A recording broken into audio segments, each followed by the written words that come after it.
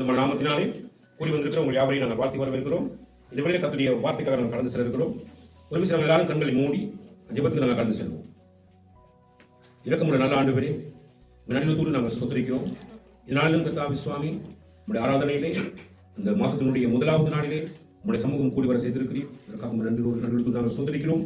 உங்களுடைய வார்த்தை மூலமாக எங்களோடு பேசும்படியாக நாங்கள் ஜெபிக்கிறோம். உங்களுடைய வார்த்தையானது இந்த மத்தியிலே வல்லமையோடு கிரியை செய்து அன்றே நாங்கள் உங்களிடத்தில் அதிகமாக கிட்டி சேர்ந்து உங்களுடைய நாமத்தை மேம்படுத்துவதற்கு உதவி செய்யும்படியாக நாங்கள் ஜெபிக்கிறோம். இந்த பாவங்களை நீங்கள் கண்டித்து உணர்த்துங்க, நீதியை குறித்து நியாயத்திற்கு குறித்து எங்களுக்கு எச்சரித்து நடத்துங்க. நீங்கள் அப்படி செய்த கிருபைக்காக எங்களுக்கு நாங்கள் சோதரிக்கிறோம். வல்லமையை கதவு கொடுக்கிறோம். அடியை மறைத்து நீ உண்மை வெளிப்படுத்தும்படியாக நாங்கள் ஜெபிக்கிறோம். செய்தியை கேட்கிற ஒவ்வொருவரையும் அன்றே குடும்பமாக ஒவ்வொருவரையும் ஆசீர்வதிக்கும்படியாக நாங்கள் ஜெபிக்கிறோம். அப்படி கிருபைக்காக உங்களுக்கு நன்றி செலுத்தி இயேசு கிறிஸ்துவின் நாமத்தில் ஜெபிக்கிறோம் எங்கள் ஜீவனுடன் நல்ல பிதாவே, ஆமென். ரைட், இந்நாளிலே கர்த்தருடைய வார்த்தைக்காக நாங்கள் கடந்து செல்ல இருக்கிறோம். தானே நாங்கள் ரோமர் புத்தகம் 13ஆம் அதிகாரத்துக்கு நாங்கள் திரும்பி கொடுக்கிறோம். ரோமர் 13ஆம் அதிகாரத்துக்கு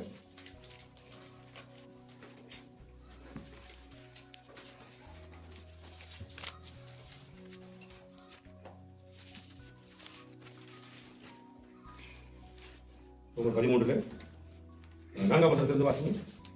உனக்கு நன்மை உண்டாகும் பொருட்டு அவன் தேவ ஊழியக்காரனாய் இருக்கிறான். நீ தீமை செய்தால் பயந்திரு. பட்டயத்தை அவன் விருதாவாய் பிடித்திருக்கவில்லை. தீமை செய்கிறவன் மேல் கோபாக்கினை வரப்பண்ணும்படி அவன் நீதியை செலுத்துகிற தேவ ஊழியக்காரனாய் இருக்கிறானே. நல்ல கவனிங்க.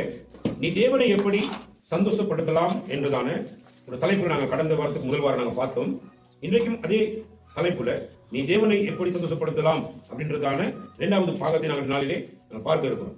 ரைட், இந்த இடத்திலே இந்த வசனத்தை நாங்கள் பார்க்கிற பொழுது அப்போஸ்தலனாகிய பவுல் இந்த பகுதி எழுதுகிற பொழுது நீங்க பாத்தீங்கன்னா சொன்னா அந்நாட்களில் பயங்கரமான கொடுமையான பிரச்சனைகளை நடத்தி கொண்டிருந்ததான ஒரு மன்னன் வாழ்ந்த காலம். நீங்க எல்லாம் கேள்விப்பட்டிருப்பீங்க, நீரோ மன்னன் ஒரு மன்னனை குறிச்சு. சாரி, இந்த ரோம் அதிகாரத்தில் ரோம் சாம்ராஜ்யத்துல வந்து ஆட்சி செய்த ஒரு மன்னன் யாருன்னு பாத்தீங்கன்னா யாரு? நீரோன்ற ஒரு மன்னன். இந்த நீரோ மன்னனை குறித்து நீங்க கேள்விப்பட்டிருப்பீங்க. அவர் ஒரு பயங்கரமான ஒரு மனுஷன். சாரி, அந்த மனுஷன் வந்து என்ன செய்ய பாத்தீங்கன்னு சொன்னா சாரி, அவன் வந்து கிறிஸ்தவர்கள் எல்லாம் நீங்க பாத்தீங்கன்னா அப்படியே நெருப்புல போட்டு கொளுத்திட்டு அந்த வெளிச்சத்துல சந்தோஷப்பட்ட ஒரு மனுஷன். அப்படின்னா அந்த ரோம் நகரத்தையே நீங்க பாத்தீங்கன்னா அந்த காலப்பகுதியில இப்படி நெருப்பு வச்சு கொளுத்திட்டு அதுக்கு பிறகு அந்த நெருப்பு வச்சது வந்து கிறிஸ்தவர்கள் தான் வச்சாங்க அப்படின்னு சொல்லி ஒரு பிரச்சனையை உண்டாக்கி ஜனங்கள், அதாவது கிறிஸ்தவ ஜனங்கள் எல்லாம் கொண்டு போயிட்டு நெருப்புல போட்டு அந்த வெளிச்சத்தை பார்த்து சந்தோஷப்பட்ட ஒரு மனுஷன். எப்படிப்பட்ட மனுஷன் பண்ணி வச்சு பாருங்க. மனுஷன் எரிக்கிறத பார்த்து சந்தோஷப்பட்ட ஒரு பெரிய மன்னன் வந்தவன். நல்லா கவனிங்க.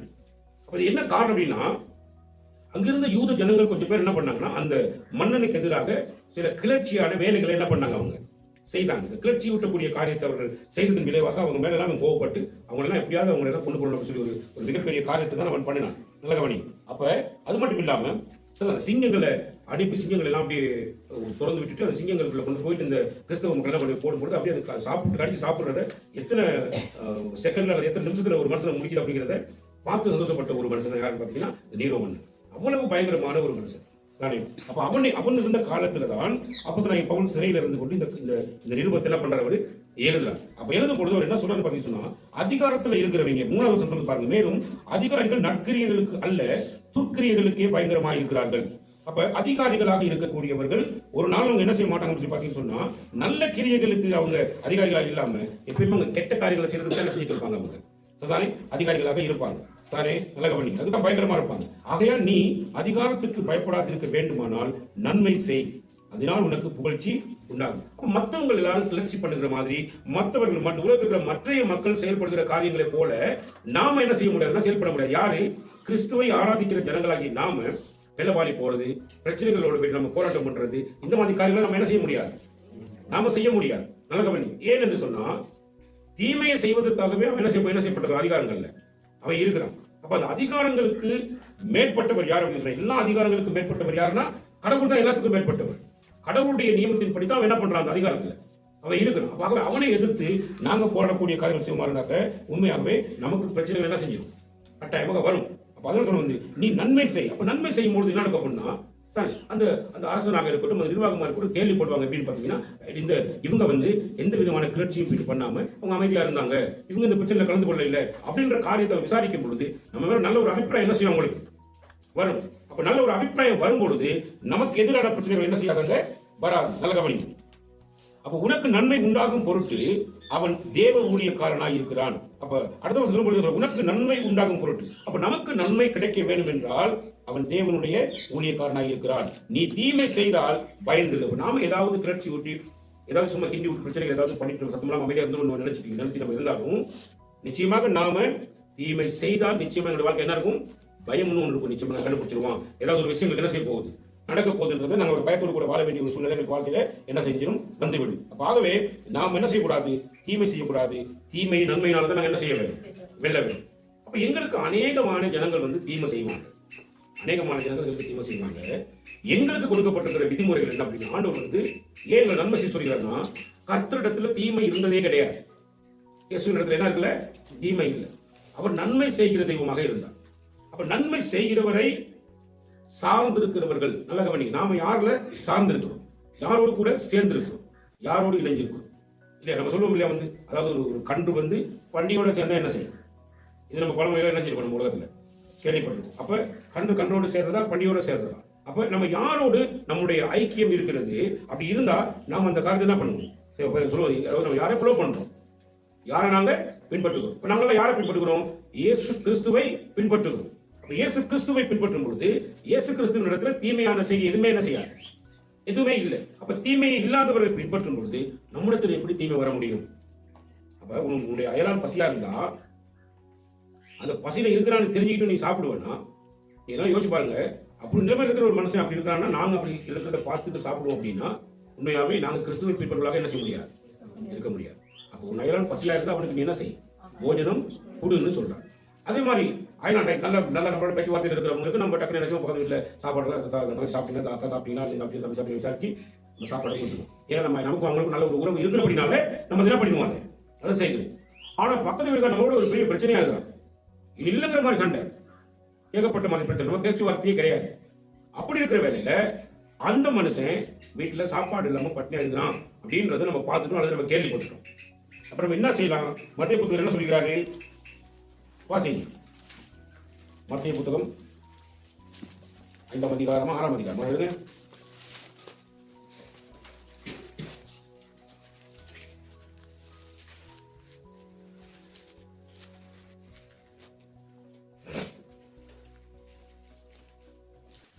வாசிங்க. 44 வசந்த வாசிங்க. 5ஆம் அதிகாரம்.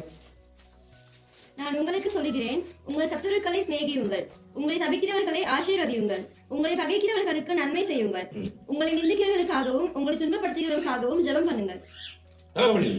அப்ப நமக்கு சத்துருக்களாக இருக்கிறவர்கள், நமக்கு எதிரிடையாக செயல்படக்கூடியவர்கள், அவங்களுக்காக நம்ம என்ன பண்ணணும் சொன்னா, அவங்க நம்ம முதலாவது என்ன செய்யணும் சொன்னா, அவங்க நம்ம சிநேகிக்க வேணும்னு சொல்லி வேதத்தில் சொல்லப்பட்டிருக்கிறது. அப்ப சத்துருக்களாக இருந்து அவங்க என்ன செய்ய? சிநேகிங்க. ஏன் இதை சொல்லுகிறார்? ஏன் சிநேகிக்கும்படி சொல்லுகிறார் அப்படின்னு பாத்தீங்கன்னா, நாங்க இன்றைக்கு இந்த இடத்துல உட்கார்றதுக்கு முன்னாடி ஒரு காலத்துல எப்படி இருந்தோம் அப்படின்னா, தேவனுக்கே நாங்கள் சத்துருக்களாக என்ன செஞ்சுட்டு இருந்தோம்? தேவனுக்கே நாங்கள் சத்துருக்களாக இருந்தோம். தேவன் எங்களை வெறுக்கத்தக்க ரீதியில தேவன் எங்களை அழித்து விட வேண்டிய ஒரு கோபத்தை உள்ளாக்கக்கூடிய அளவுக்கு எங்களுடைய செயல்பாடுகள் படும் மோசமான நிலைமையில இந்த உலகத்தை நாங்கள் என்ன செஞ்சுட்டு இருந்தோம்? காலப்பகுதியில் வாழ்ந்து கொண்டு. அப்ப எங்களை எல்லாம் தேவன் அழிக்கணும்னு திட்டமிட்டு இருந்தாருன்னு சொன்னா, நல்லா கவனிங்க சாரே. அசுர குணம் படைத்தவர்களாக எங்களை அழிக்கணும்னு திட்டமிட்டு இருந்தா, இன்னைக்கு உலகத்தில் ஒருத்தன் உங்களோட என்ன செய்ய முடியாது? ஒருத்தன் உங்களோட, ஏன்னா எல்லாத்துக்குள்ள அந்த அசுர குணம் நினைச்சிட்டு இருக்குது. அப்ப அசுரனை அழிக்கிறதுக்கு கடவுள் அவதாரம் எடுத்து வந்தாருன்னு சொல்லி சில போதனைகள் போதிப்பாங்க. ஆனா நம்முடைய ஆண்டவர் நீங்க பாத்தீங்கன்னா அசுர பலத்தோடு அசுர குணத்தோடு இருந்த எங்களை எல்லாம் என்ன பண்ணிக்கிறாருன்னா, அவர் நேசிச்சிருக்கிறார். அவர்களை நேசித்ததுக்கு அடையாளமாக எங்களையும் என்ன செய்யறாரு? அவர் நேசிக்கும்படியாக சொல்றார். நல்ல கவனிங்க. அப்ப நேசித்தால்தான் நான் என்ன செய்வேன் அப்படின்னா, அந்த மனுஷனுக்கு பசி என்ன செய்வேன்? சாப்பாடு நான் வேலை செய்வேன், கொடுப்பேன். எனக்கு நேசம் இல்லைன்னா என்ன செய்யல? கொடுக்க முடியும். அதை கத்துக்கிற நீ அவனை முதல் என்ன செய்யணும்? அவனை நேசி. நீ சாப்பாடு கொடுக்கும் போது யாருக்காவது சாப்பாடு கொடுக்கும் போது நீ நேசம் இல்லாம கொடுத்தீங்கன்னா சாப்பாட்டுக்கு அர்த்தமே இல்லாம போய் கொடுக்கும்போது எப்படி கொடுக்கணும்? அன்பா பகிர்ந்து கொடுக்க வேண்டும். சாரி, அன்பா கொடுத்தீங்கன்னா அது அவனுக்கு சாப்பிட்டவனுக்கு ஒரு பிரயோஜனமாக என்ன செய்யும் இருக்கும் அப்படிங்கிறார். நல்ல கவனி. அப்ப ஆண்டவர் எப்பயுமே நன்மை செய்கிறவராகவே இருந்தார். அப்ப ஆண்டவரினால்தான் அவர் சொல்ற ஒரு காரியம், உனக்கு நன்மை உண்டாகும் பொருட்டு அவன் தேவ ஊழியக்காரர் இருக்கிறான், நீ தீமை செய்தால் பயந்துரு. அப்ப நாம தீமை செய்தாதான் நான் பயப்பட வேண்டுமே தவிர நன்மை செய்தால் நான் பயப்பட வேண்டிய அவசியம் இல்லவே இல்லை. ஏனென்றால் நான் நன்மை செய்கிறேனா தீமை செய்கிறேன் என்றதை அறிந்தவர் யாருன்னு பார்த்து நம்முடைய ஆண்டவராகிய எல்லா அதிகாரத்துக்கும் மேற்பட்ட தெய்வம். எல்லாமே எல்லா அதிகாரத்துக்கும் மேற்பட்ட தெய்வத்துக்கு தெரியும் நான் நன்மை செய்கிறேனா தீமை செய்கிறேன்னு தெரியும். நல்ல கவனி. பட்டயத்தை அவன் விருதாவாய் பிடித்திருக்கவில்லை, தீமை செய்கிறவன் மேல் கோபாக்கினை வரப்பண்ணும்படி அவன் நீதியை செலுத்துகிற தேவ ஊழியக்காரனாக இருக்கிறான். அப்ப பட்டயம் என்ன சொன்னா, அவன் கையில நீங்க பாத்தீங்கன்னா ஒண்ணு வாழையோ அல்லது ஈட்டியோ கையில பிடிச்சிட்டு இருப்பான். இது அந்த காலத்து பகுதி. அதுக்குள்ள இந்த காலத்துல பாத்தீங்கன்னா துப்பாக்கியோட நினைச்சிட்டு இருப்பான், நிற்பான். அப்ப எதுக்கு நிக்கிறான் அப்படின்னா, தண்டனை கொடுக்கும்படியாக என்ன செய்யப்பட்டிருக்கிறான், அவன் நியமிக்கப்பட்டிருக்கான். சொல்லுனா உடனடி அவனை சுட்டுருவான், வெட்டினா என்ன பண்ணிடுவான், அவனை வெட்டிடுவான். சட்டம் எங்க இருந்து வருகிறதோ வந்த உடனே அந்த சட்டத்துக்கு உடனே கீழ்ப்படி அவன் வேலை என்ன பண்ணிடுவாங்க, செய்திருவான். சரி, அப்ப நன்மை செய்கிறவர்களாக நாம இருக்கிற பொழுது அந்த சட்டத்துல இருக்கிறவன் என்ன பண்ணுவாங்க பாத்தீங்கன்னா, நமக்கு அவன் நன்மை செய்கிறவனாக தான் என்ன செஞ்சுட்டு இருப்பான், இருப்பான். ரைட், நல்லா கவனிங்க. அடுத்து, ஆகையால் நீங்கள் கோபாக்கினை நிமித்தம் மாத்திரம் அல்ல, மனசாட்சி நிமித்தமும் கீழ்ப்படிய வேண்டும். அப்ப தேவனுடைய எதிர்பார்ப்பு என்ன அப்படின்னா, நம்ம ஒருத்தருக்கு பயப்படுகிற பொழுது பயந்து மட்டும் கீழ்ப்படிய கூடாது. நல்லா கவனிங்க. நம்ம யாருக்காவது பயந்து சுட்டுப்படுவான் அப்படி நம்ம கெட்டது என்ன செஞ்ச போகிறது, வாழ்க்கையில வந்த போது நினைச்சு மட்டும் நாங்க நினைஞ்சிடக்கூடாது, நடந்து கொள்ளக்கூடாது. உண்மையா எங்க மனசாட்சிக்கு பயந்து நாங்க என்ன பண்ணணும்னா, நாங்க உண்மையான கீழ்ப்படுதலை தேவனுக்கு முன்னாடி என்ன செய்ய வேணும், நாங்க காண்பிக்கணும். மனசாட்சிக்கு பயந்துள்ளாக நாங்க என்ன செய்ய வேணும், இருக்க வேண்டும். நல்ல கவனிங்க. அப்ப வேதத்துல நாங்க என்ன பாக்குறோம் அப்படின்னா, நாங்க ஜெபிக்கிறவர்களாக மாத்திரம் இல்ல, நாங்களாம் ஒரு ஜெபிக்கிற கூட்டமாக இருக்கிறோம் மற்றவங்க பார்வையில தெரியும். ஆனா ஜெபிக்கிற கூட்டக்காரிடத்துல நன்மை செய்கிற ஒரு மிகப்பெரிய ஒரு பகுதி அவர்களிடத்துல இருக்குதுன்றத எங்களை சுற்றிலும் இருக்கிற மக்கள் என்ன செஞ்சுக்கிற வேண்டும், கண்டுகொள்ள வேண்டும். இவங்க நன்மை செய்கிறவங்க, இவங்க ஜெபம் பண்றது மட்டும் இல்லாம என்ன பண்ணுவாங்க, இவங்க நன்மை மாத்திரம் தான் என்ன செய்வாங்க, இவங்க செய்வாங்க அப்படின்னு சொல்லி நம்மை குறித்ததான ஒரு நல்ல அபிப்பிராயம் மற்ற எல்லாருக்கிட்டையும் நம்ம என்ன செய்யணும், காண்பிக்கணும். அப்ப எப்படி காண்பிக்கலாம், நாம நன்மை செய்யலாம், அந்த நன்மை என்ன செய்யும் வந்து பிரபலியமாகும். அப்பதான் 4 பேருக்கு தெரியும் நன்மை செஞ்சுட்டு இருக்கிறோம் அப்படின்னு தெரியும். நல்ல வழி. நம்ம ஒண்ணுமே செய்யாம இருந்தோம்னா அதுவும் என்ன செஞ்சிருங்கள், என்ன செஞ்சிடும், அது பிரபலியமாக்கப்பட்டு நிலைக்கு என்ன செய்யும், அது போய்கொண்டிருக்கும். ஆகவேதான் ஆண்டவர் எங்களுக்கு எதிர்பார்க்கிற ஒரு காரியம், நன்மையை செய்து சுற்றி தந்தவராக இயேசு கிறிஸ்துவனுடைய பிள்ளைகள் அவரை பின்பற்றுகிற இடத்துல இருக்க வேண்டிய காரியம் தீமை அல்ல, நன்மைதான் என்ன செய்ய வேண்டும், இருக்க வேண்டும். அப்ப இயேசுவை பின்பற்றுகிற வாழ்க்கையில நன்மை இருக்க வேண்டும். நிறைய பேர் இயேசுவை பின்பற்றுன்னு சொல்லிட்டு இருப்பாங்க, சரியா? நல்ல கவனி. இவங்க எல்லாம் பெயருக்கு கிறிஸ்துவை பின்பற்றுன்னு சொல்லிட்டு இருக்கிற ஒரு கூட்டம், பெயருக்கான கிறிஸ்தவர்கள். அவங்க பக்கத்து வீட்டுல பசியா என்ன கூட என்ன செய்ய மாட்டான், பார்க்க மாட்டான். ரொம்ப வேணும் சொந்தக்காரனாவே இருப்பான், என்ன செய்ய மாட்டான், விசாரிச்சு என்ன செய்ய மாட்டான், அவனுடைய தேவை என்ன செய்ய மாட்டான், அவனுக்கு சந்திக்க மாட்டான். எப்படிப்பட்டவர்களை பின்பற்ற வேண்டிய நோக்கம் இல்லை. நான் வேதத்தை படிக்கிறோம்னா எங்க வாழ்க்கையில இயேசு கிறிஸ்துவை நம்ம பின்பற்றோம் அப்படின்னா, இயேசு கிறிஸ்துவனுடைய செய்கை நம்மிடத்துல என்ன செய்யப்பட வேண்டும், வெளிப்பட வேண்டும். நல்ல கவனி. நாங்க பேதுரு 1 பேதுரு புத்தகத்துக்கு நாங்க திருப்பி 1 பேதுரு புத்தகம் 2ஆம் அதிகாரத்துக்கு நாங்க திருப்பி 1 பேதுரு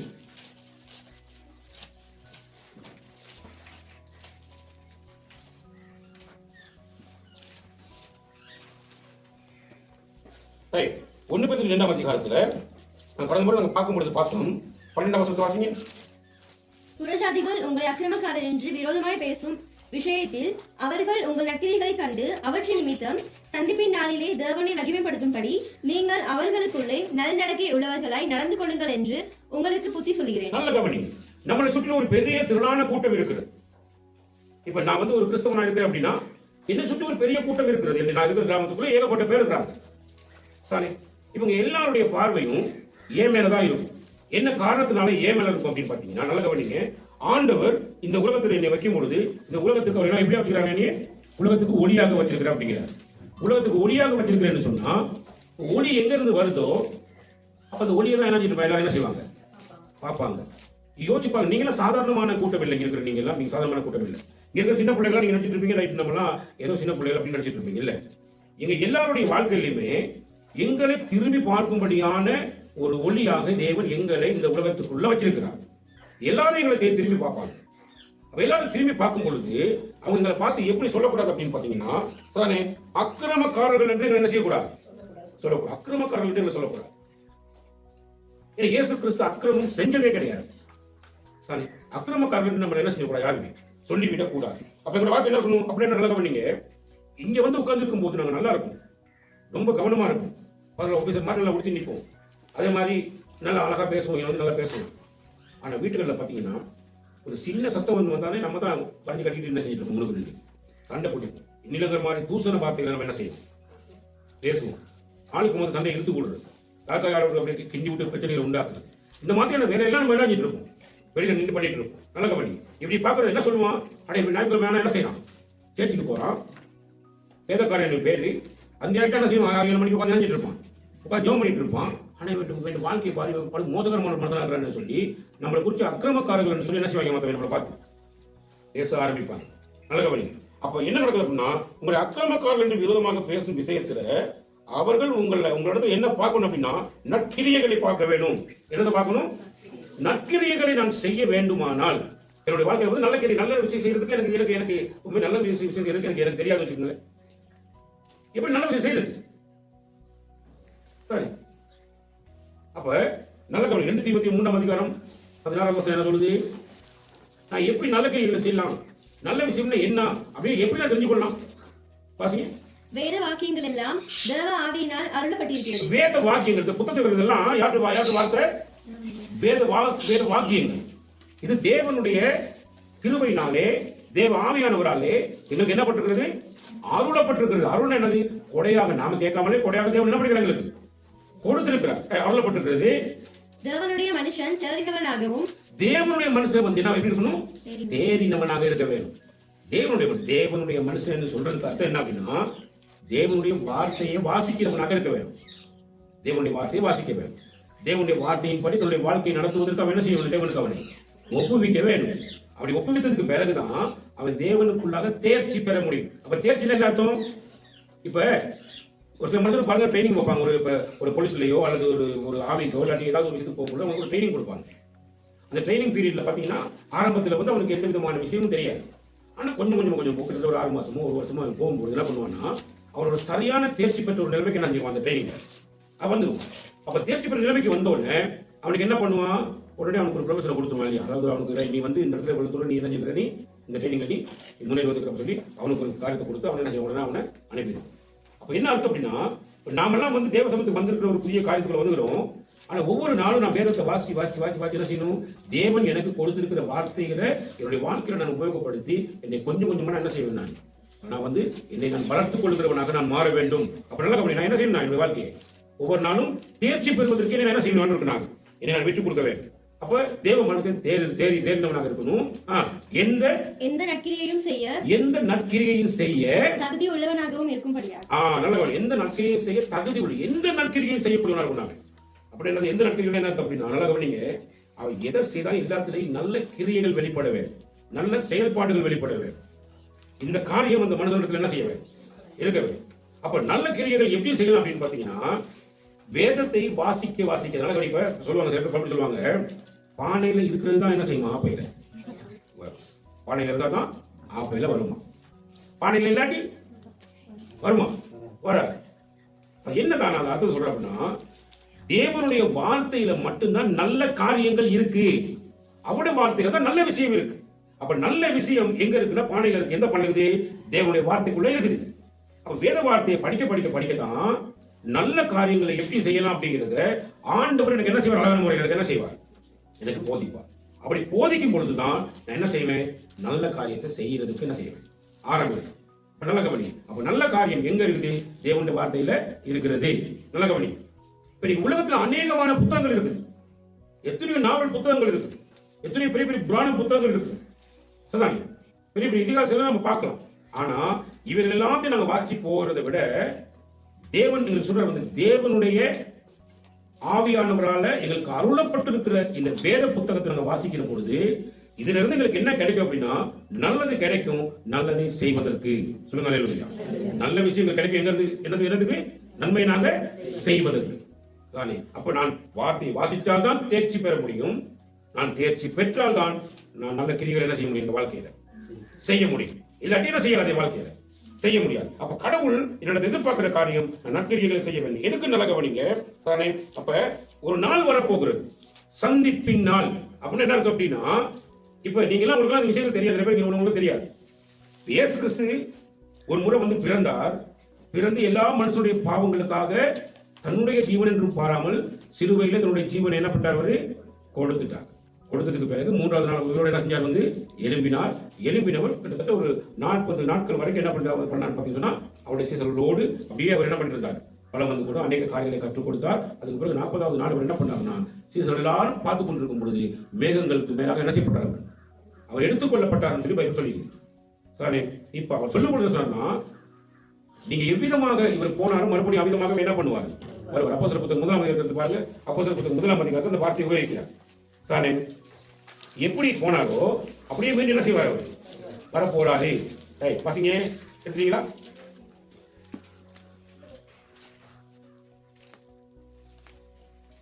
பத்தாம் வசனத்தை வாசிங்க. அவர் போகிற போது அவர்கள் வானத்தை அண்ணாந்து பார்த்துக் கொண்டிருக்கையில் இதோ வெண்மையான வஸ்திரம் தரித்தவர்கள் 2 பேர் அவர்கள் அருகே நின்று, கலிலேயராகிய மனுஷரே, நீங்கள் ஏன் வானத்தை அண்ணாந்து பார்த்து நிற்கிறீர்கள்? உங்களிடத்தில் நின்று வானத்துக்கு எடுத்துக்கொள்ளப்பட்ட இந்த இயேசுவானவர் எப்படி உங்கள் கண்களுக்கு முன்பாக வானத்துக்கு எழுந்தருளி போனாரோ அப்படியே மறுபடியும் வருவார் என்றார்கள். அப்படியே மறுபடியும் வருவார். அப்ப எப்படி போனாலும் அவர் மறுபடியும் என்ன பண்ண போறார்? வர போறாருன்னு சொல்லி சொன்னாங்க. அப்ப இயேசு கிறிஸ்து என்ன செய்ய போறாருன்னா மறுபடியும் வரப்போகிறார். எப்படி வரப்போறார்? மத்தியாக என்ன செய்ய போறார்? வரப்போறார். அந்த வரப்போற நாளிலே தான் ஒரு சம்பவம் நடக்க போகிறார். சந்திப்பு நாள். அப்படி என்ன அர்த்தம்னா, இந்த பூமியில் இருக்கிற சகல இனத்தவர்களையும் ஒரு இடத்துக்கு கொண்டு கூட்டுவார்கள். அப்படி கூட்டும் பொழுது, அவர் வரும் பொழுது, அவர்களை சந்திக்கும் பொழுது, நல்ல கவனிங்க, அவர் அந்த இடத்துல தான் நியாயம் விசாரிப்பார். அந்த இடத்துல நியாயம் விசாரிக்கும் பொழுது, நான் நன்மையை செய்திருக்கிறேனா தீமையை செய்திருக்கிறேனா என்ற கேள்விகள் அங்கே எழும்புகிற பொழுதுதான் அங்க ஒரு சம்பவம் நடக்கும். நன்மை செய்திருந்தால் மேன்மை உண்டாயிருக்கும், தீமை செய்திருந்தால் தண்டனை உண்டாகும். நன்மை செஞ்சா கிடைக்கும். நீ நன்மை செய்தால் உனக்கு மேன்மை இல்லையோ அப்படின்னு சொல்லி யார்ட்ட கேட்கிறாரு? காயின்ட்ட கேட்கிறார். அப்ப நாங்கள் நன்மை செய்திருக்கிறோமா என்ற கேள்வி அங்கதான் எழும்பும். நல்ல கவனிங்க. அப்ப தேவன் மறுபடியும் வரப்போகிறார். அப்ப அந்த காரியங்களை பற்றி நாங்கள் 20 நாட்கள் நம்ம ஆழமாக நாங்கள் படிக்கலாம். நல்ல கவனிங்க. அப்ப அவர் வரப்போகிறார். வரப்போகிறது நிச்சயம். இயேசு கிறிஸ்து வரப்போறான்றதுல எந்த விதமான சந்தேகமுமே நாங்க பட தேவை. அவர் சொன்னா கட்டாயம் என்ன செய்வார்? வருவார். ஏன் தாமதிக்கிறார் அப்படின்னா, நாம் எல்லாரும் ரட்சிப்பை பெற்றுக்கொள்ளணுன்றது அவருடைய விருப்பமாக இருக்கிறது. அப்ப சந்திப்பு நாள்னு ஒரு நாள் ஒன்று வரும். அன்னைக்கு நாள்ல நீ தேவனை மகிமைப்படுத்தும்படி நீங்கள் அவர்களுக்குள்ளே நடக்கை உள்ளவர்களாய் நடந்து கொள்ளுங்கள். அப்ப தேவனை மகிமைப்படுத்தக்கூடிய பிள்ளைகளாகி நாம் எல்லாரும் எப்படி பண்ணணும் அப்படின்னா, நம்மளை சுத்தி இருக்கிற ஜனங்கள் நமக்கு சாட்சி சொல்ல வேண்டும். நம்மளை சுத்தி இருக்கிற ஜனங்கள் நமக்கு சாட்சி சொல்ல வேண்டும். ஒரு வீட்டுக்கு போகும்போது, ஐயோ இந்த அம்மாவா, இந்த அக்காவா, இந்த அண்ணனா, சேர்ச்சுக்கு வரும்போது மட்டும்தான் எப்படி இருப்பாங்க அவங்கலாம் அப்படி இருப்பாங்க. ஆனா சேர்ச்சை விட்டு வெளியே போயிட்டாங்கன்னா அவங்க இப்படி இருப்பாங்க அப்படின்னு நினைச்சுவாங்க, சொல்லுவாங்க. நல்லா கவனி. நான் ஒரு சிலரை பார்த்திருக்கேன். நான் இதுக்குள்ள வரும்பொழுது பல்லெல்லாம் மின்னும். ஆனா இதை விட்டு வெளியே போனோன்னே இந்த கேட்டுக்கு அங்கிட்டு போனோன்னு என்ன செய்வாங்க? எடுத்துருவாங்க. கோக்கடி கொடுக்குறது என்ன செய்வாங்க? அதை உள்ளுக்கு பேக்கெல்லாம் சுற்றி வச்சிருப்பாங்க. அதை எடுத்து போட்டு மென்னு அப்படியே அப்படி போகும்போது ஒரு சில பேர் இதெல்லாம் என்னத்தை கொண்டு வரும் அப்படின்னு பாத்தீங்கன்னா, சந்திப்பு நாள் என்று ஒரு நாள் வருகிற பொழுது சாரி தண்டனை என்பது உங்களுக்கு நிச்சயமா இருக்கும் என்றதை நீங்க மறந்து விடக்கூடாது. நீங்க பெரியார்கள் சின்னாக்கள்லாம் கடவுள் பார்க்க மாட்டார். நல்ல கவனி. கடவுளுக்கு ஆத்துமாங்கிறது ஒண்ணுதான். அந்த ஆத்துமாவுக்கு தான் அவர் நியாயம் விசாரிப்பார். சாரி நேற்று தினத்தில் நான் ஒரு சகோதரன் பேசும்போது கேட்டேன், நாமக்குள்ள குடியிருக்கிறதுக்காக நம்ம வீட கட்டி வச்சிருக்கோம். அது மாதிரி தேவனுடைய ஆத்துமா வாழ்வதற்காக தேவன் என்ன பண்ணிக்கிறாருன்னு அவர் மண்ணில் ஒரு வீடு என்ன பண்ணிக்கிறாரு? கட்டி வச்சிருக்காரு. அவர் மண்ணால கட்டின வீடு தான் நாம. அப்ப நமக்குள்ளதான் அந்த ஆத்துமா என்ன பண்ணிட்டு இருக்குது. அந்த ஆத்துமா எப்ப போகணும் அது போயிடும். இந்த வீட்டுக்கு என்ன நடக்குது, ஏது நடக்குது, எதுவுமே அது என்ன செய்ய போறது இல்லை, அது பார்க்க போறது இல்லை. நாம சாகும்போது நம்ம வீடு பத்தி செய்ய கவலைப்படுவோமா? இல்லை. நம்ம சேர்த்த வீடு என்ன அந்த வீடு யாரு அந்த வீட்டில் இருக்க போறாங்கன்னு ஒருவே தெரியும். நம்ம கொடுத்துட்டு நம்ம போய் சேர்ந்துடும். அதே மாதிரி அந்த சரத்துக்குள்ள இருக்கிற ஆத்துமா என்ன பண்ணிடும்? அது போய் சேர்ந்துடும். சரிதானே? அந்த சரத்துக்கு என்ன நடக்குது, வெட்டுறானா குத்துறானா தைக்கிறாங்கிறது அது என்ன செய்ய போறது இல்லை, பார்த்து கொண்டு இருக்க போறது இல்லை. அவருக்கு ஆத்துமா என்றது அந்த ஆத்துமாவுக்கு வயசு கிடையாது. ஆத்துமாவுக்கு வயசு கிடையாது, நமக்கு தான் வயசு. இந்த கட்டப்பட்ட கட்டடத்துக்கு 50 வருஷம் அப்படின்னா 50 வருஷம் கண்டிப்பா இந்த வீடு கட்டி வச்சிருப்பான். அப்படிதான் பெரிய பில்டிங் என்ன பண்ணிருப்பான், வருஷங்க கொடுத்துருப்பான். அதுக்கு பிறகு ரைட் இது கண்டமாக்கிட்டு அப்படின்னு சொல்லிட்டு அதுக்கு பிறகு அடித்தட்டில் கொண்டு போயிட்டு பொம்மை வச்சு புள்ள ஆக்கிடுவாங்க. அந்த பில்டிங்கே தரமட்டமாக்கிடுவோம். அது கூட புதுசா கட்டலாம். ஏன்னா அந்த கட்டடத்துக்கு தான் என்ன செய்யும், வயசு போகும். ஆனா ஆத்மாவுக்கு வயசு போவாது. ஆத்மாவுக்கு ஒரே விஷயத்தை தான் கத்தர் பார்ப்பார். அங்க நீங்க பெரியவங்க சின்னவங்க இந்த அம்மா ஏழாதம்மா அதனால கொஞ்சம் வாயில நம்ம மன்னிச்சு அதனால போட்டு போனீங்க, அதெல்லாம் அங்க செய்யல. அங்க கடவுள் வரும்போது தண்டனை பயங்கரமாக என்ன செய்யப்படும், கொடுக்கப்படும். நீங்க நினைச்சுக்கலாம் நம்ம எல்லாம் பண்ணலாம், இது பண்ணலாம். கிறிஸ்துவை பின்பற்றுகிறவருடைய வாழ்க்கை எப்படி இருக்கணும் அப்படின்னா, ஒரு மாற்றத்துக்கு உள்ளான வாழ்க்கையாக இருக்க வேண்டும். இயேசுவை பின்பற்ற ஒரு வாழ்க்கை மாற்றம் அடைய வேண்டும். நீ வெள்ளதான் ஊற்றிட்டு போகணுன்ற சட்டம் கிடையாது. நீரவெல்லாம் ஊற்றிட்டு போ பிரச்சனை கிடையாது. ஆனா உடைய வாழ்க்கையில சாரி சுத்தம் இருக்க வேண்டும். நீ தேவையற்ற காரியங்களோட வாழ்க்கை என்ன செய்யக்கூடாது, நீ பண்ணக்கூடாது. போதை தரக்கூடிய எந்த விதமான ஒரு பொருளையோ எந்த விதமான ஒரு பானத்தையோ நீ என்ன செய்யக்கூடாது, வாழ்க்கை நீ இருக்கக்கூடாது. இதை நீ உபயோகிக்க கூடாது. ஏன் தெரியுமா, போதை என்று உன்னுடைய வாழ்க்கைக்குள்ள வருகிற பொழுதே உன்னுடைய மதியாதை என்ன செய்ய துவங்கிடும், அது மயக்க ஆரம்பிக்கும். அப்ப நீ மனுஷனா இருக்க மாட்டேன். அதனாலதான் ஆண்டவர் என்ன சாரி நான் கடவுள் என்ன சொன்னேன், அந்த முள்ளான நம்ம தலையை என்ன செய்யறாங்க, என்ன பண்ணி வச்சிருக்காரு, அப்படி நெருக்கி வச்சிருக்கிறார். ஏன், மனுஷனுடைய சிந்தனையவே தேவனுடைய ராஜ்யத்துக்குள்ள கொண்டு வர முடியாது. அப்படி இருக்கும் பொழுது மனிதனுடைய சிந்தனைக்கு அப்பாற்பட்ட சிந்தனை கொண்டு வரக்கூடிய போதை தரும் பொருள்கள், போதை தரும் பானங்கள் இது எங்க வாழ்க்கைக்குள்ள வரும் பொழுது அந்த சிந்தனைக்கு அப்பாற்பட்ட வேற அதெல்லாம் பண்ண பார்க்கும், அது செய்ய பார்க்கும். அப்ப கடவுள் அதை வெறுப்பார வெறுக்க மாட்டார், நிச்சயமாக வெறுப்பார். அப்ப அது நம்ம என்ன செய்ய வாழ்க்கையில செய்யவே கூடாது. சரிங்களா? அப்ப இதையெல்லாம் நம்ம செய்யக்கூடாது அப்படின்னா தேவ சமூகத்துக்கு வரக்கூடிய இந்த பிள்ளைகளாக இருக்கட்டும், பெரிய வயசு போன அம்மாமார்களாக இருக்கட்டும், அப்பாமார்களாக இருக்கட்டும், நீங்க என்ன பண்ணணும் அப்படின்னா உங்களுடைய வாழ்க்கை வேறு பிரிக்கப்பட்ட வாழ்க்கை அப்படின்றது நீங்க மறந்து விடக்கூடாது. ஏனென்றால் இவ்வளவு காலம் நீங்க இருந்தது வேற மாதிரி, இப்ப கிறிஸ்துவுக்குள் கிறிஸ்துவை பின்பற்றும்படியாக அவரால் அழைக்கப்பட்டிருப்பீங்கன்னா அங்க உங்களுடைய வாழ்க்கை முறை என்ன செய்ய வேண்டும்? மாற்றம் பெற வேண்டும். அது ஏன் அப்படின்னா ஆண்டவர் மற்றும் எல்லாருடைய பார்வையில் நீங்க தேவனை மேம்படுத்துகிறத அவங்க உங்களுக்கு சாட்சியாக என்ன செய்ய வேண்டும்? சொல்ல வேண்டும். இவங்க இப்படிதான் அப்படின்னு என்ன செய்யணும்? சொல்லணும். நல்ல கவனிங்க. அப்ப நல் நடக்கை உள்ளவர்கள், எங்களுடைய நடக்கை எப்படி இருக்கணும்? நல் நடக்கை உள்ளவர்களாக இருக்கும். அதனாலதான் கர்த்தர் ரெண்டு பாதங்களையும் பிடிச்சிருக்காங்க. ஆணி வச்சு அடிச்சாங்க. இயேசுவுக்கு காலுக்கு ஆணி வச்சு அடிச்சாங்க. எதுக்கு அடிச்சாங்க? கெட்ட நடக்க உள்ளவங்க என்ன செய்யக்கூடாது? இருக்கக்கூடாது. அப்ப என்னுடைய கெட்ட நடக்கை ஆணி வச்சு அடிச்சு போடணும். நான் அடிச்சிடணும். சாரி, அடிச்சுட்டு தான் என்ன பண்ணணும்? நீங்க யோசிச்சு பாருங்க. கொலோசியர் புத்தகத்தை திருப்புங்க.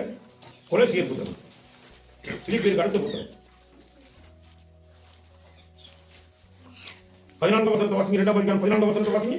நமக்கு எதிரடையாகவும் கட்டளைகளால் நமக்கு விரோதமாகவும் இருந்த கையெழுத்தை குலைத்து அதை நடுவில் இறந்தபடிக்கு எடுத்து சிலுவையின் மேல் ஆணி அடித்து துரைத்தனங்களையும் அதிகாரங்களையும் உரிந்து கொண்டு வெளியரங்கமான கோலமாக்கி அவைகளின் மேல் சிலுவையிலே வெற்றி சிறந்தார். இயேசு கிறிஸ்துவை குறித்து நீங்க பாடலை குறித்து சாதாரண நினைச்சக்கூடாது.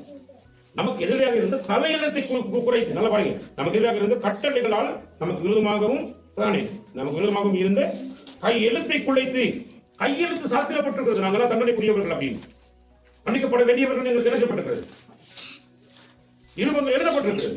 ஆனா அதெல்லாம் ஆண்டு என்ன பண்ணிக்கிறாரு? அது எல்லாத்தையும் குலைச்சி அதெல்லாம் நடுவிலக்காதபடி எடுத்து சிலுவையின் மேல் ஆணி அடித்து துரைத்தனங்களையும் அதிகாரங்களையும் உரிந்து கொண்டு வெளியரங்கமான கோலமாக்கி அவைகளின் மேல் சிலுவையிலே வெற்றி சேர்ந்தார். நம்முடைய ஆண்டவர் என்ன பண்ணுகிறார்னா நமக்கு வரும் தண்டனைகள் எல்லாத்தையுமே அவர் தான் ஒருவராக என்ன பண்ணிட்டார்? ஏற்றுக்கொண்டார். அப்ப நாம என்ன செய்யணும் அப்படின்னு பாத்தீங்கன்னா நல் நடக்கைக்கு ஏதுவாக எங்களுடைய நடத்தையை நான் என்ன செய்யணும்? கற்றுக்கு முன்பதாக ஒப்புவிக்க வேண்டும். சாரி, அப்படி என்ன அர்த்தம்? என்னுடைய கெட்ட நடக்கையெல்லாம் ஆணி அடிச்சு கொண்ட மாதிரி ஆணியில் அடிச்சுட்டேன், இனிமேல் நான் கெட்ட நடக்கலாம் என்ன செய்ய வாழ்க்கையில நடக்கக்கூடாதுன்னு முடிவு பண்ணிடும். நல்ல கவனி. சாரி, அடுத்து பாத்தீங்கன்னா நீங்கள் மனுஷனுடைய கட்டளைகள் யாவற்றிற்கும் கர்த்தர் நிமித்தம் கீழ்ப்படியுங்கள். மனுஷர்கள்லாம் உங்களுக்கு கட்டளைகளை கொடுப்பாங்க. அந்த கட்டளைகளை நீங்க கர்த்தர் நிமித்தம் கீழ்ப்படிங்க. ஏன்னா கர்த்தராகிய இயேசு கிறிஸ்து நல்ல கவனிங்க, கர்த்தராகிய இயேசு கிறிஸ்துவானவர் இந்த உலகத்துல அவர் பிறந்து அவர் வளர்ந்த பொழுது அவர் ஞானஸ்நானத்தை இருக்கிறதுக்கு போறார். ஞானஸ்நானத்திற்கு போகும்போது நீங்க நிறைய பேர் படிச்சிருப்பீங்க. நீங்க வீட்டுல போய் நீங்க படிக்கலாம். மத்திய புத்தகம் 4ஆம் அதிகாரத்தில் நீங்க வீட்டுல போய் என்ன செய்யலாம்? படிக்கலாம். அப்ப அப்படி கரை ஏறினதுக்கு பிற்பாடு ஆவியானவரால் சோதிக்கப்படும்படி வனாந்திரத்துக்கு என்ன செய்யப்படுறாரு? கொண்டு போகிறார். யார் அவரை சோதிக்கிறது? சாத்தான் சோதிக்கிறான். சாத்தான் சோதிக்கும் பொழுதே அந்த சோதனைக்கு அவர் எதிர்த்து நிற்கவே இல்லை ஏசப்பா. ஏனென்றால் சாத்தான் யாரால் படைக்கப்பட்டவன்? சாத்தான் தேவனால் படைக்கப்பட்டவன் இல்லை. தவறாக புரிஞ்சுக்க கூடாது. நல்ல கவனி. யாரால் படைக்கப்பட்ட கேள்வி சாத்தான் யார் படைச்சது? ஏசப்பா படைக்க. ஏசப்பா யாரை படைத்தார்? காப்பாற்றுகிறதற்காக கேருபுக்கள் என்ன படிக்கிறார்? கேருபீன்கள் என்ன படிக்கிறார்? படைத்து வச்ச தேவதூதர்களை அவன் படைத்து வச்சிருந்தான். சரி, தேவதூதன் பெற செய்த பொழுது அவன் சபிக்கப்பட்டான். சபிக்கப்பட்டவன் சாத்தானாக என்ன செஞ்சான்? உருவெடுத்தான். நல்ல கவனிங்க. அப்ப தேவதூதன் தான் தேவன் படைச்சார். தேவதூதர் உங்க எல்லாருக்கும், இயேசு கிறிஸ்து விசுவாசிக்கிறவங்க எல்லாருக்கும் 2 பேர் தேவன் என்ன பண்ணிருக்காங்க? எல்லாத்துக்கும் அவர் கொடுத்திருக்கிறார். அப்படிப்பட்டவர்கள் கீழ்ப்படியாம போகும்போது கடவுள் அவர்கள் என்ன பண்ணார்? சபிச்சார். சபிக்கப்பட்டவன் ஒருத்தர் யாரோ மாறினா? சாத்தானாக மாறினான். அந்த சாத்தான் தேவனை சோதிக்கிற பொழுது அந்த சோதனைக்கு அவர் முழுவதுமாக இடமளிக்கிறார். அதை எதிர்த்து நிக்கல ஆண்டவர். அப்ப இயேசு கிறிஸ்து கிட்ட அந்த மாதிரியான காரியங்கள் இருக்குது அப்படின்னா அவரை பின்பற்ற எங்களுடைய வாழ்க்கை நாங்க எதிர்த்து நிக்கணுமா? நாங்க யாரையும் எதிர்த்து நிக்கல. ஏன்னா அவரை பின்பற்றோம்னா அவரே எங்களுக்கு கற்றுக் கொடுத்துக்கிறார். நாங்க அவர் நிமித்தம் நம்ம என்ன பண்ணியாகணும்? கீழ்ப்படிய வேண்டும். சரி, இயேசு கிறிஸ்து ஞானஸ்நானம் எடுத்தார். அது பெரிய கேள்வி. ஆனா ஞானஸ்நானம் எடுத்தார். யார்கிட்ட போய் எடுத்தாரு? யோவான் சொன்ன போய் எடுத்தார். அவருக்கு நீங்க எனக்கு ஞானஸ்நானம் கொடுக்க நான் உமக்கு நான் ஞானஸ்நானம் கொடுக்கலாமா அப்படின்னு கேட்பான். இல்ல இப்ப நம்ம என்ன பண்ணணும்? எல்லா நீதியையும் கொஞ்சம் வாசிங்க. இயேசு அவனுக்கு பிரதியுத்தரமாக, இப்பொழுது இடம் கொடு. இப்படி எல்லா நீதியையும் நிறைவேற்றுவது நமக்கு ஏற்றதா இருக்கிறது. எல்லா நீதியையும் நிறைவேற்றுவது நமக்கு ஏற்றதா இருக்கிறது. அவர் இயேசு கிறிஸ்து தெய்வமாக இந்த உலகத்துக்கு வந்த பொழுதும் அவர் சகல நீதியை நிறைவேற்றுகிறவராக இருந்தார். அப்ப நம்முடைய வாழ்க்கையும் சகல நீதியை நிறைவேற்றுகிற வாழ்க்கைக்குள்ள என்ன செய்யணும்? போய்விட வேண்டும். நாம எதையும் எதிர்த்து நின்று போராடிட்டு இருக்க கூடாது. உங்களுடைய வாழ்க்கை நல்ல கவனி. அப்ப மேலான அதிகாரம் உள்ள ராஜாக்கள் ஆனாலும் சரி, தீமை செய்கிறவர்களுக்கு ஆக்கினையும் நன்மை செய்கிறவர்களுக்கு புகழ்ச்சியும் உண்டாகும்படி அவனால் அனுப்பப்பட்ட அதிகாரிகளுக்கானாலும் சரி கீழ்ப்படியுங்கள். கீழ்ப்படி ஜபிக்கிறதோடு மாத்திரம் எங்க வாழ்கிறோம், வேத வாசிக்கிறதோடு மாத்திரம் எங்க வாழ்கிறோம். நிச்சயமா நாங்கள் கீழ்ப்படிவுகளாக என்ன செய்ய வேண்டும்? நாங்கள் மாற வேண்டும் தானே. நீங்க நன்மை செய்கிறதுனாலே புத்தியின மனசுடைய அறியாமையை அடக்குவது தேவனுடைய சித்தமாக இருக்கிறது. அப்ப நாம நன்மை செய்தால்தான் புத்தி கெட்டவர்களுடைய வாழ்க்கையை தேவன் என்ன பண்ணுவார்? மாற்றி அமைப்பார். நல்ல கவனி. அப்ப ஆண்டவர் எங்களுக்கு எதிர்பார்க்க நாங்க இயேசு கிறிஸ்துவை பின்பற்றுகிறோம்னு சொன்னா எங்களுடைய வாழ்க்கையில் இருக்கிற மாற்றங்கள் வெவ்வேறு விதமான மாற்றங்கள் என்ன செய்யணும் வாழ்க்கையில் வரவே. நாங்க நல்லதை மட்டுமே செய்ய வேண்டும், கெட்டதை நாம என்ன செய்ய போகக்கூடாது. நாம தீமை செய்ய முயற்சி செய்யக்கூடாது. சரிதானே? ஒருத்தர் ஒரு விஷயத்தை செய்யலாம், நம்ம அதை பாருங்க எவ்வளவு தூரம் நம்ம இணைஞ்சிட்டு இருக்கோம் வாழ்க்கையில் போராடி கொண்டிருக்கோம் இல்லையா? உங்களுக்கு ஒரு கலசம் தண்ணீர் கிடைக்கணும் அப்படின்னா அது எந்த மனுஷனால தேவன் அதை உங்களுக்கு கொடுக்கணும்னு விரும்புகிறாரோ அது கொடுக்கிற அந்த விருப்பத்தின்படி என் கைக்கு வந்து சேர்ந்து அப்ப நான் அதை குடிச்சுடுவேன். இப்ப நான் எதிர்பார்க்கிற மனுஷன் மூலமா எனக்கு தண்ணி வரலன்னா நான் அந்த மனுஷன் கோவிட்டு இருக்கிறது அது அர்த்தம் இருக்கா? நல்லா புரிஞ்சு உங்களுக்கு நான் சொல்றது. நம்ம எதிர்பார்க்கிற ஒரு மனுஷன் அம்மா அப்பா அப்பா சொந்தக்காரங்க யாரும் நமக்கு இவங்க செய்யலையே நம்ம கோவிக்கிறோம் அப்படின்னா அது யாருடைய முட்டாள்தனம்? நம்ம முட்டாள் நம்ம இருக்குமா இல்லையா? ஏன்னா எதை யார் மூலமா எங்களுக்கு கொடுக்கணும்னு கடவுளை சித்தம் இருக்கிறதோ அது அவங்க மூலமா கடவுள் என்ன பண்ணுவார் எங்க வாழ்க்கையில் அதை தருவா. அவ்வளவுதான். இவர் தரலையே நான் கோவிக்கிறது அர்த்தமே இல்லை. நல்ல கவனி. தரலன்னு சொல்லி நினைக்கிறதுனால எந்த விதமான அர்த்தமுமே இல்லை. தர வேண்டியது எனக்கு கர்த்தர் கொடுக்குறாருன்னா அது யார் மூலமான எனக்கு என்ன செஞ்சிருவார்? கிடைச்சிருக்கும். ஆகவே நான் கிடைக்கிற காரியத்துக்கு நான் கர்த்தருக்கு என்ன செய்யணும்? நன்றி செலுத்த வேண்டும். இதுதான் எனக்கு கொடுக்கப்பட்டிருக்கிறதான காரியங்கள். நல்ல கவனிங்க. அப்ப ஆண்டவர் எங்களிடத்துல எதிர்பார்க்கிற காரியம் என்னன்னு பாத்தீங்க சொன்னா, நல்ல கவனிங்க. எனக்கு ஒரு தீமை. நீங்க தாவீதை குறித்து படிக்கிற பொழுது தாவீது அரசனாகிறதுக்கு முன்னாடி ஒரு அரசர் இருந்தான். முதல் அரசன் யாரு? சவுல் வந்து அரசனாக இருந்த பொழுதும் தாவீதுக்கு நிறைய தீமைகளை செஞ்சுக்கிட்டே தெரியும். தீமை செய்யறதே அவருக்கு வேலையா இருக்கு. நான் கர்த்தரால் அபிஷேகம் பண்ணப்பட்ட மனுஷன் நான் என்ன செய்ய மாட்டேன், கை போட மாட்டேன் சொல்லி அதை ஒதுங்கி இருப்பான். நல்ல கவனி. கைக்குள்ள கொண்டு கொடுப்பார் கடவுள். அப்பயும் அவன் என்ன பண்ண மாட்டான், அவனை கொலை பண்ண மாட்டான். ஏன் அப்படின்னா அவன் தீமை செய்யறாங்கிறதுக்காக நான் என்ன செய்ய மாட்டேன், தீமையை செய்ய மாட்டேன் அப்படின்றான். இதுதான் கடவுள் எங்கள் இடத்துல எதிர்பார்க்கிறதான காரியம். ஒரு தீமை செய்யறானா நான் தீமைக்கு என்ன செய்யக்கூடாது? பழிக்கு பழி நான் என்ன செய்யக்கூடாது? யாரையும் நாங்கள் பழிக்கு பழி வாங்கக்கூடாது.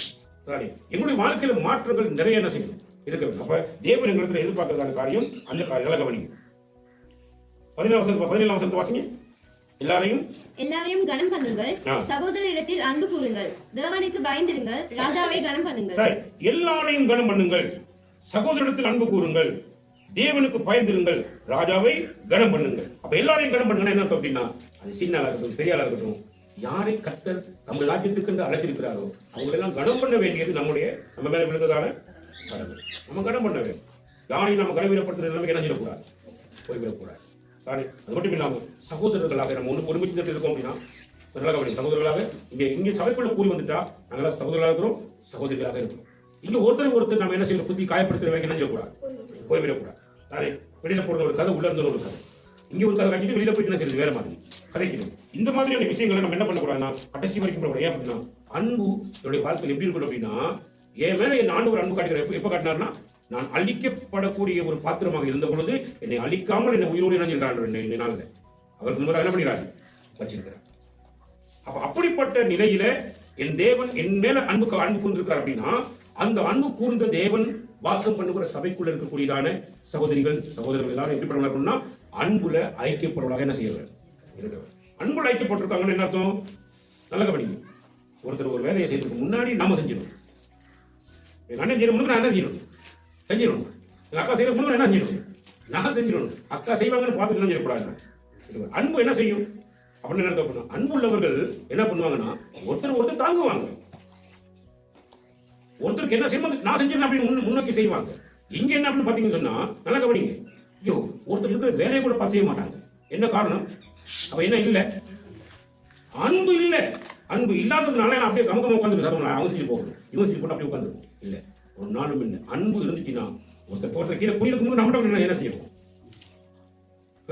பேனாவும் ஒரு புத்தகம் கீழே என்ன பண்ணுவோம், அவருக்கு சொந்தக்காரர் குனிஞ்சு எடுக்கிறதுக்கு முன்னாடி நாம குனிஞ்சு எடுத்து கொடுக்க பார்ப்போம். அப்ப எங்க இருந்து வந்துச்சு அந்த அன்பு எப்படி வந்துச்சு? சரி, இதே போலதான் இங்க கூடுகிற சகோதரர்கள் எப்படி பண்ணணும் அப்படின்னா ஒருத்தர் செய்யறதுக்கு முன்னாடி நான் செஞ்சிடணும்னு என்ன செய்யணும், அதை முடிவெடுக்க வேண்டும். ஒருவர் அப்படி அன்பாக நாங்கள் என்ன செய்ய வேண்டும், நாங்கள் நேசிக்க வேண்டும். இதை கர்த்தர் எங்களிடத்துல எதிர்பார்க்கிற காரியம். நல்ல கவனிங்க. அப்ப ஏனெனில் தேவன் மேல் பற்றுதலாய் இருக்கிற மனசாட்சி நிமித்தம் ஒருவன் அநியாயமாய் பாடுபட்டு உபத்திரவங்களை பொறுமையாய் சகித்தால் அதுவே பிரீத்தியாய் இருக்கும். அப்ப என்ன சொல்ற சொன்னா, ஆண்டவர் நிமித்தம் நான் அநியாயமா வரக்கூடிய காரியத்தை கூட நான் அதை மனப்பூர்வமா ஏற்றுக்கிட்டு நான் கர்த்தருக்குள்ளாக நான் என்னுடைய வாழ்க்கை நான் என்னுடைய நல்ல காரியம் செஞ்சுட்டு இருக்கேன் அப்படின்னா அது கர்த்தருக்கு எனக்கு பிரீத்தியா இருக்கும். எப்படின்னா, சந்திப்பு நாள்னு ஒரு நாள் வரும். அன்னைக்கு எனக்குரிய நீதி யாரிடத்திலிருந்து வரப்போகுது? தேவனிடத்திலிருந்து வரப்போகுது. தேவன் எனக்கு நீதி செய்வார். தேவன் எனக்குரிய காரியத்திற்கு என்ன பண்ணுவார்? செய்வார். அப்ப எனக்கு சந்தோஷம் இருக்கும். இதெல்லாம் என்ன எப்படி சொல்லிட்டு போட்டோம். ஆனா கர்த்தருக்கு என்ன செய்வார்? வாழ்க்கையில நன்மையான காரியத்துக்கு என்ன பண்ணுவார்? அவரு கட்டாயம் செய்வார். அப்ப நல்ல கவனிங்க. அப்ப நாங்க என்னத்தை நாங்க வேதத்துல நாங்க பார்க்க போறது பாத்தீங்கன்னா, அந்த வாரத்துக்கு முதல் வாரம் நாங்க பார்த்தோம். நாங்க 1 தீமோத்தேயு 2ஆம் அதிகாரம் 1ஆம் வசனத்திலிருந்து 4ஆம் வசனம் வரைக்கும் நாங்க பார்த்தோம் இல்லையா? வாசிங்க. 1 தீமோத்தேயு புத்தகம் 2ஆம் அதிகாரம். நான் பிரதானமாய் சொல்லுகிற புத்தி என்னவெனில், எல்லா மனுஷருக்காகவும் விண்ணப்பங்களையும் ஜெபங்களையும் வேண்டுதல்களையும் ஸ்தோத்திரங்களையும் பண்ண வேண்டும். இப்ப நாங்க எல்லாரும் ஜெபிக்கப்பட்டவர்களாக இருக்கணும்.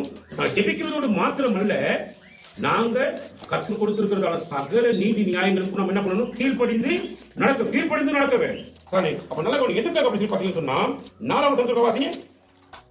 எல்லா மனுஷரும் ரட்சிக்கப்படவும் சத்தியத்தை அறிகிற அறிவை அடையவும் அவர் சித்தமுள்ளவராய் இருக்கிறார். தேவனுடைய சித்தம் என்ன அப்படின்னா, எல்லா மனுஷரும் ரட்சிக்கப்பட வேண்டும். நமக்கு தான் நிறைய விரோதிகள் இருப்பாங்க. யோசிச்சு பாருங்க. நம்ம மைண்ட்ல வேற திட்டம் வச்சிருப்போம்.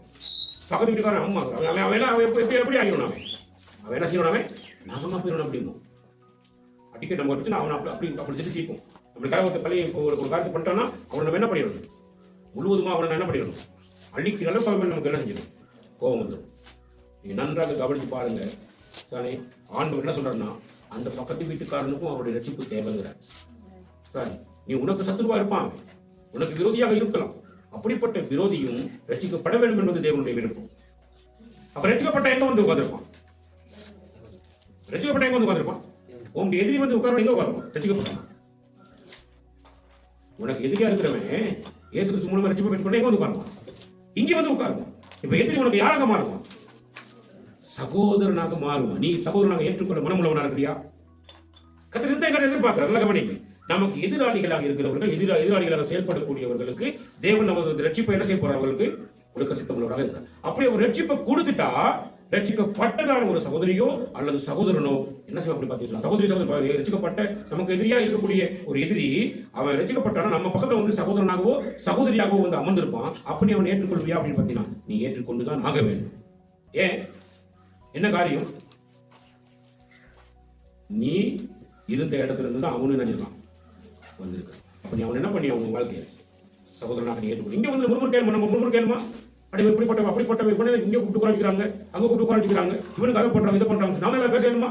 தேவன் கொடுக்கும் பொழுது நம்மளால எதையுமே தடை பண்ண முடியாது. அதெல்லாம் தேவன் கொடுக்கிற காரியம். அப்ப எல்லாரும் ரட்சிக்கப்பட வேண்டும் என்பதே தேவனுடைய சித்தமாக இருக்கிறது.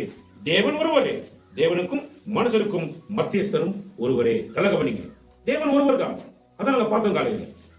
பூமியும் அதன் நிறைவும் அதன் குடிகளும் அப்படி அவசியம். என்ன வசந்த வாட்சம் காலையில் வாசிக்கும் பொழுது சங்கீதம் 24 முதலாம் வசனம். பூமியும் அதன் நிறைவும் உலகமும் அதில் உள்ள குடிகளும் கர்த்தருடையது. பூமியும் அதன் நிறைவும் உலகமும் அதன் குடிகளும் கர்த்தருடையவைகள். ஆனா மனுஷன் என்ன பண்ணிக்கிறான்?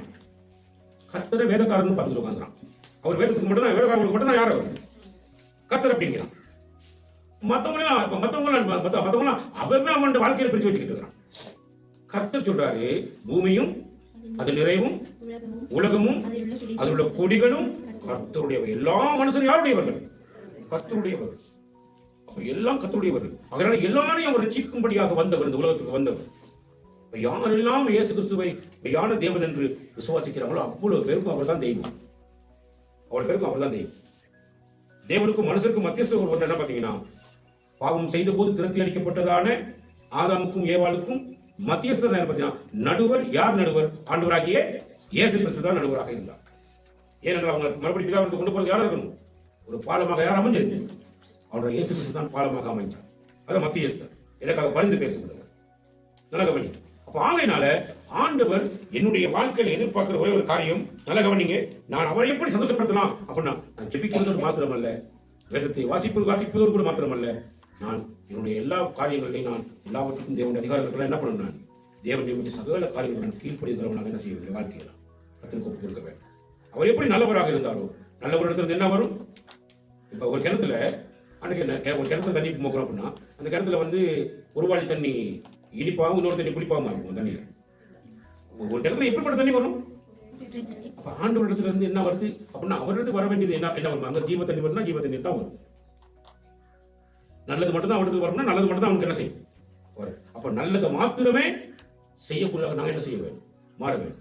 அப்ப ஆண்டவர் இடத்துல நான் எதிர்பார்க்கிற காரியம் என்ன அப்படின்னா, கிறிஸ்துவ இடத்துல கெட்ட காரியம் எதுவுமே கிடையாது. எந்த ஒரு தீமை என்னது கிடையாது யாருக்குமே செய்ய. அப்ப அவர் நன்மை மட்டுமே இருந்துச்சு. நன்மையை செய்யறவர்களாக நாங்க மாற வேண்டும். அப்ப எங்களுடைய வாழ்க்கை முறை நாங்க இது கூட வந்து உட்கார்ந்து ஜோம் பண்ணிட்டு அதை ஆராதிச்சுட்டு நான் வெளியே போறோம்னா எங்களை பார்க்கிற ஜனங்களுடைய பார்வையில எங்களுக்கு குற்றம் கண்டுபிடிக்காத முடியாத அளவுக்கு என்னுடைய வாழ்க்கை என்ன செய்யப்பட வேண்டும். நீங்க அம்மா மாதிரி சாதாரண இடம் போட்டுறாதீங்க. ஒன்று நல்லா யோசிங்க. 10 வயசு பிள்ளைக்கு காய்ச்சல் வந்தாலும் காய்ச்சல் தான். இது 60-70 வயசு அல்லாடிக்கிட்டு இருக்கிற ஒரு அம்மாவுக்கு ஒரு காய்ச்சல் வந்தாலும் அது காய்ச்சல் தான்.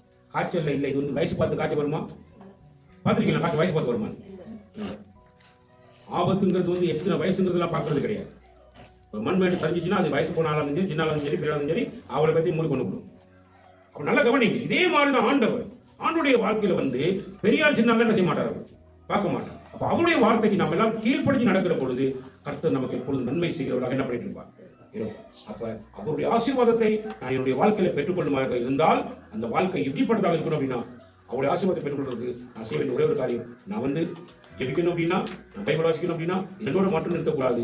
என் தேவன் எனக்கு கொடுத்துருக்க எல்லா நியமங்களும் நான் என்ன செய்வேன்? அவருக்கு நான் கீழ்ப்படிஞ்சு நான் அவரை சேரம் என்ன செய்வேன்? அவரை நான் கடன் பண்ணுவேன் தானே. அப்பதான் என்னுடைய ஆண்டவரை நான் சந்தோஷப்படுத்தக்கூடிய ஒரு மனுஷனாக என்ன செய்வேன் இருப்பேன். எப்பொழுதுமே என்னுடைய நோக்கம் 4 பேர் மத்தியில நான் வந்து கிறிஸ்துவை சார்ந்திருக்கிறேன். நான் கிறிஸ்துவன். அதனால நான் மற்ற செய்யற பிரகாரம் என்ன செய்ய மாட்டேன்? எதையுமே செய்ய மாட்டேன். என்னுடைய வாழ்க்கை வேறுபட்ட வாழ்க்கை அப்படின்றது நம்ம என்ன செய்யணும்?